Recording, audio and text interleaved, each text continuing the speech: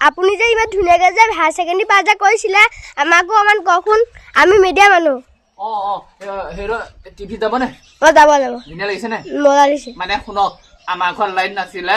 দেউতা বহুত চিগাৰেট খাইছিলে দেউতাক ওচৰলৈ টানি টানি আনি পেলাই পঢ়িছিলো চিগাৰেটৰ ঘৰত আৰু মায়ে ৰুটি ভাজে ৰুটি দেই যায় ন সেই দেই যোৱা পোহৰটো পঢ়িছিলো আৰু কি কব কেতিয়াবা দেউতা চিগাৰেট কিনিবলৈ পইচা নালাগে তেতিয়া কি কম গম পাই মোক দেখি আমাৰ গাঁৱৰ মানুহখিনি জ্বলি আছিল এই জ্বলা পোহৰটো পঢ়িছিলো আৰু কেতিয়াবা জোনাকী পোৱা বটলত ভৰাই পেলাও পঢ়িছিলো ভাবিলে দুখ লাগে আৰু কিমান নম্বৰ পাইছো নুসুধে নেকি কিমান নম্বৰ পাইছে মই আপোনাৰ আছামিছত আপোনাৰ লেটাৰ পাবলে বেছি কমা নাই 98 কমিছে আৰু